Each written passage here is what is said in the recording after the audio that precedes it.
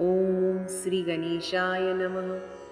कराग्रे वसते लक्ष्मी, करमध्ये सरस्वती, करमूले तु गोविन्दः, प्रभाते करदर्शनम्। समुद्रवसने देवी, पर्वतस्तनमण्डले, विष्णुपत्नी नमस्तुभ्यं, पादस्पर्शं क्षमस्व मे। अभीप्सितार्थसिद्ध्यर्थ, पूजितो यः सुरासुरे, सर्वविघ्नहरस्तस्मै गणाधिपतये नमः। वक्रतुण्डमहाकाय, सूर्यकोटिसमप्रभ, निर्विघ्नं कुरु मे देव, सर्वकार्येषु सर्वदा। शान्ताकारं भुजङ्गशयनं, पद्मनाभं सुरेशं, विश्वाधारं गगनसदृशं, मेघवर्णं शुभाङ्गं, लक्ष्मीकान्तं कमलनयनं, योगिभिर्ध्यानगम्यं, वन्दे विष्णुभवभयहरं, सर्वलोकैकनाथं। मूकं करोति वाचालं, पङ्गुलङ्घयते गिरिं, यत्कृपातमहं वन्दे परमानन्दमाधवम्। या कुन्देन्दुतुषारहारधवला, या शुभ्रवस्त्रावृता, या वीणावरदण्डमण्डितकरा, या श्वेतपद्मासना, या ब्रह्माच्युतशङ्करप्रभृतिर्भिर्देवे सदा वन्दिता, सा मा पातु सरस्वती भगवती निःशेषजाड्यापहा। ज्ञानब्रह्मेश्वरी देवी ब्रह्मकैवल्यरूपिणी, ब्रह्मज्ञानेश्वरी देवी ज्ञानब्रह्मपरात्मिका।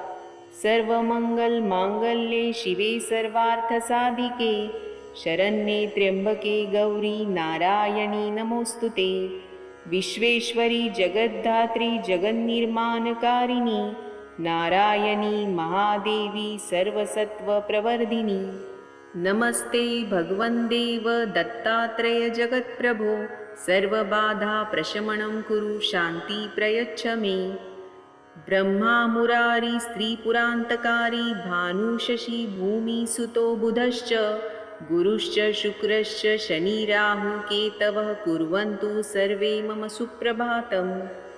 लक्ष्मी कौस्तुभपरिजातकसूरा, धन्वन्तरिश्च चन्द्रमा, गावः कामदुधासुरेश्वर, गजोरम्भादि देवाङ्गना, अश्वः सप्तमुखो विषं, हरिधनुशङ्खोऽमृतं साम्बुधे, रत्नानिह चतुर्दश प्रतिदिनं कुर्युः सदा मङ्गलम्।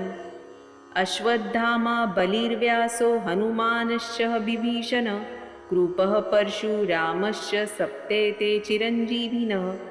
अहिल्या द्रौपदी सीता तारा मन्दोदरी तथा, पञ्चकन्या स्मरे नित्यं महापातकनाशनम्।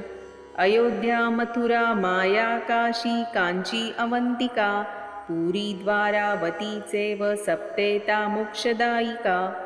नारायणं निराकारं नरवीरं नरोत्तमं, नृसिंहं नागनाथं च तं वन्दे नरकान्तकम्। राघवं रामचन्द्रं च रावणारी रमापति, राजीवलोचनं रामं तं वन्दे रघुनन्दनम्।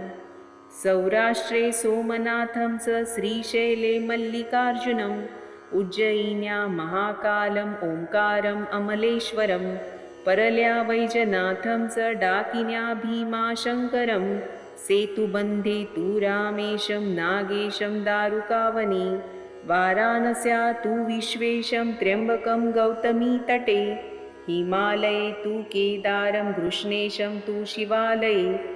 एतानि ज्योतिर्लिङ्गानि सायं प्रातः पठेन्नर, सप्तजन्म कृतं पापं स्मरेण विनश्यति।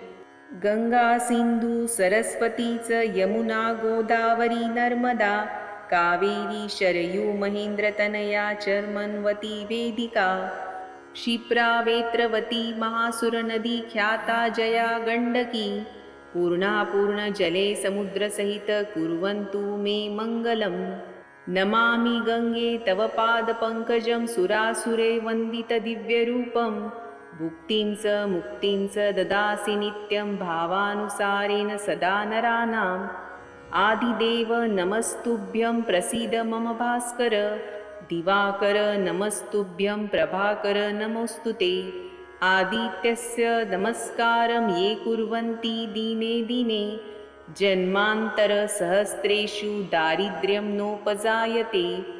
शुभं करोति कल्याणम् आरोग्यं धनसम्पदः शत्रुबुद्धिविनाशाय दीपज्योति नमोऽस्तु ते। नमो देव्यै महादेव्यै शिवाय सततं नमः।